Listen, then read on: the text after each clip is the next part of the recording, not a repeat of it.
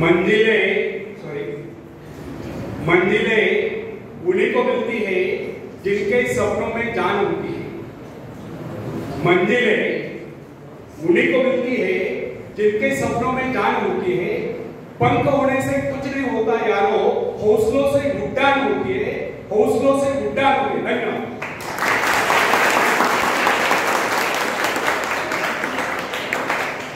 तो फ्रेंड्स, जब सागर शांत हो तो जहाज के चालक को अधिक होशियार से जहाज चलाने की आवश्यकता नहीं पड़ती। लेकिन जैसे तूफान आता है और जहाज डूबने का खतरा पैदा होता है, तब यही चालक या कप्तान अधिक सावधानी बरतने लगता है।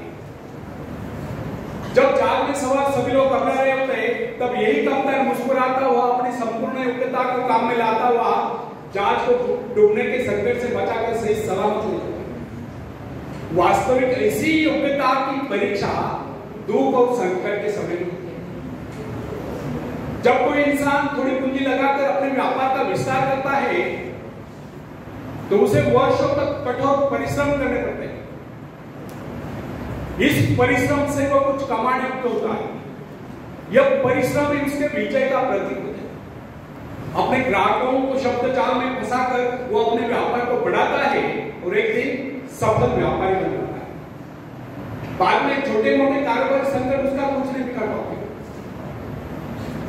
जो लोग इससे पहले उसे कम पूंजी वाला समझकर उसका मजाक उड़ाया करते थे, आज वही लोग उसकी सफलता की प्रशंसा करते नजर आते हैं। इसे कहते हैं अपने हाथों अपने भाग्य का निर्माण, आत्मशक्ति का चमत्कार। फ्रेंड्स, जिसके पास धन की शक्ति हो, उसे शिक्षा प्राप्त करके या विद्या प्राप्त करके आत्म विकास करने का अवसर कहां है? वो तो धन की शक्ति पर निर्भर कर ये सोचता रहता, मैं चाहूं तो विद्वानों को खरीद सकता। लेकिन फ्रेंड्स, जो विद्या प्राप्त करना सबसे जरूरी समझता है, वह रात रात भर अध्ययन करता रहता है, क्योंकि उसे पता है कि उसका कोई सहारा नहीं। सहारा बनेगा तो वह उसका अपना स्वयं का ज्ञान।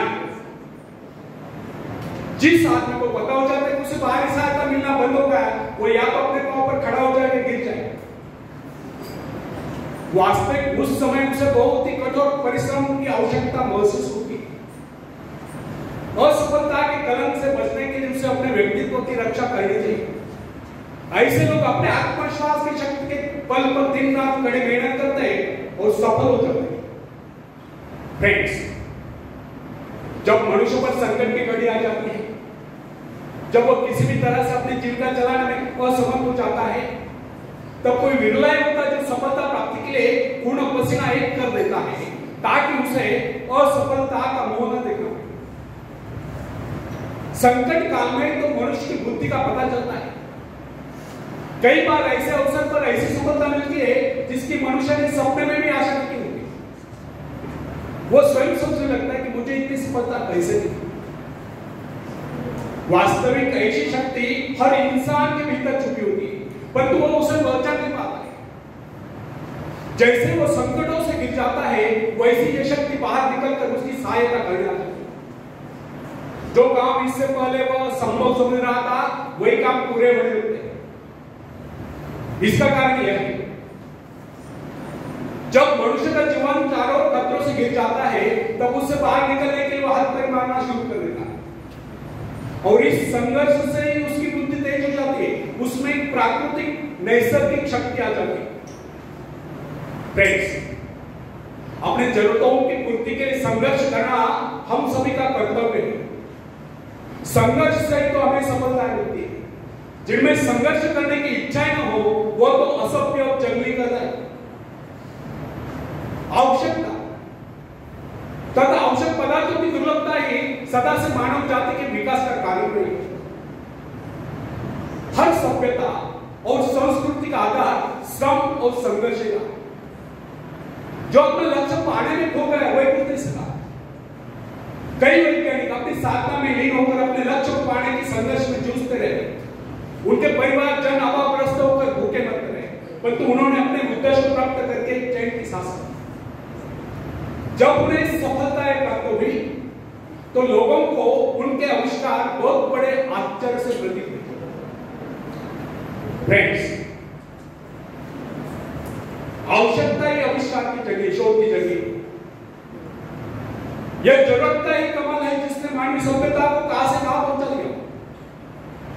अश्मयुग से संगणक युग तक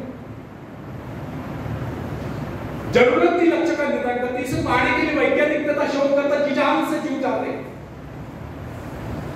मनुष्य की गुप्त शक्ति का पता उस समय चलता है जब कोई जरूरत आकर उसके सामने खड़ी होती है, उसकी पूर्ति के लिए संघर्ष करता है। मनुष्य की गुप्त शक्ति आपातकाल में प्रकट होती है। इसका सिद्धांत यह हुआ, यदि मनुष्य को किसी वस्तु की आवश्यकता न हो तो उसके आंतरिक शक्ति का अंत हो जाए। बाहरी सहायता लेने से भी इस आंतरिक शक्ति को बाहर निकलने का अवसर नहीं मिलता। जो काम इस शक्ति द्वारा लिया जाने वाला था, वही काम हम दूसरों की सहायता लेकर झटपट कर डालते हैं और पंगु तथा शक्ति बने रहते हैं। इसलिए फ्रेंड्स, एक बात हमें कदापि नहीं भूलनी चाहिए कि दूसरों की सहायता लेने के बजाय अपने आंतरिक शक्तियों की सहायता लेना हमारे लिए अधिक उचित होगा। क्योंकि आत्मनिर्भरता एक ऐसी शक्ति है जो मित्रता यानी कि मित्रों से भी सहायता, प्रभाव, दूसरों का प्रभाव, धन संपत्ति, दामदारी काम, पैसे से लेवा काम, ऊंचा वर्ष यानी कि ऊंचे खानदान में जन्म पाए व्यक्ति सहारा लेना या बाहरी किसी भी प्रकार की सहायता, इन सब की सामूहिक शक्ति से ही शक्तिशाली होती है। इन शॉर्ट, आत्मनिर्भरता एक ऐसी शक्ति है जो मित्रता, प्रभाव, धन संपत्ति, ऊंचा वर्ष या बाहरी किसी भी प्रकार की सहायता, इन सब की सामूहिक शक्ति से ही शक्तिशाली होती है। आत्मनिर्भरता की सहायता लेकर मनुष्य भीषण से भीषण बाधाओं को भी पार कर जाता है, भयंकर कठिनाइयों पर भी विजय प्राप्त करता है, बड़े से बड़े आविष्कार यानी कि शोध करने में भी सफल हो जाता है। इंसानी गुणों में सबसे अधिक शक्ति आत्मनिर्भरता की है। जो इंसान अपने सहारे जीता है, जो अपने बल पर चलता है, जो अपने लक्ष्य पर चट्टान की भांति डटा हुआ है, जो बाधाओं को सामने देखकर जरा भी विचलित नहीं हुआ, जिसे अपनी कार्य कुशलता और कर्म शक्ति पर पूरा विश्वास है, वही सफल होता है। सत्य, पवित्रता और सुंदरता पर प्यार करना मनुष्य का स्वभाव है। जो व्यक्ति मौलिक विचारों के बल पर जीता है, जिसके कुछ सिद्धांत है जिन पर वो आरूढ़ रहता है, जो अपने उसूलों पर दृढ़ता से कायम है, लोग उसे आश्चर्य से देखते हैं, उसके अनुयायी यानी कि शिष्य बनने का प्रयत्न करते हैं, क्योंकि लोगों के दृष्टि में वो महान है। फ्रेंड्स,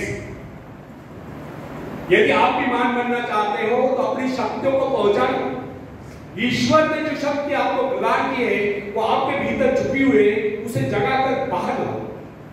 यदि आप उसे जगाने में सफल हो गए तो सफलताएं आपके कदमों तले होगी और आप कामयाबी के शिखर पर होंगे। आखिर में हरिवंश राय बच्चन जी की कविता में पेश करता हूं, आप भी मुझे साथ दें। लहरों से डरकर नौका पार नहीं होती, कोशिश करने वालों की कभी कोशिश करने वालों की कभी नन्ही चींटी जब दाना लेकर चलती है, चढ़ती दीवारों पर 100 बार फिसलती है। नन्ही चींटी जब दाना लेकर चलती है, चढ़ती दीवारों पर 100 बार फिसलती है। मन का विश्वास रगों में सांस भरता है, चढ़कर गिरना, गिरकर चढ़ना ना करता है। आखिर उसकी मेहनत बेकार नहीं होती, कोशिश करने वालों की कभी कोशिश करने वालों की कभी डुबकियां सिंधु में गोताखोर लगाता है, सिंधु में भी समुद्र में, डुबकियां सिंधु में गोताखोर लगाता है, जा जाकर खाली हाथ लौट कर आता है। मिलते नहीं सोची मोती गहरे पानी में, मिलते नहीं सोची मोती गहरे पानी में, मुट्ठी उसकी खाली हर बार नहीं होती, कोशिश करने वालों की कभी कोशिश करने वालों की कभी और आखिरी पद आप सबके लिए स्पेशल है, पूरे ध्यान से सुने। अगर कोई फेल भी हो जाता है तो मायूस नहीं होने का, लेकिन कोशिश भी नहीं छोड़नी। तो आप सबके लिए बहुत प्रेरणा है। आखिरी पद है, असफलता एक चुनौती, इसे स्वीकार करो। असफलता एक चुनौती, इसे स्वीकार करो। क्या कमी रह गई देखो और सुधार करो। जब तक न सफल हो, निंद चैन को त्यागो तो, संघर्ष का मैदान छोड़कर मत भागो तो। कुछ किए बगैर ही जय जयकार नहीं होती। कोशिश करने वालों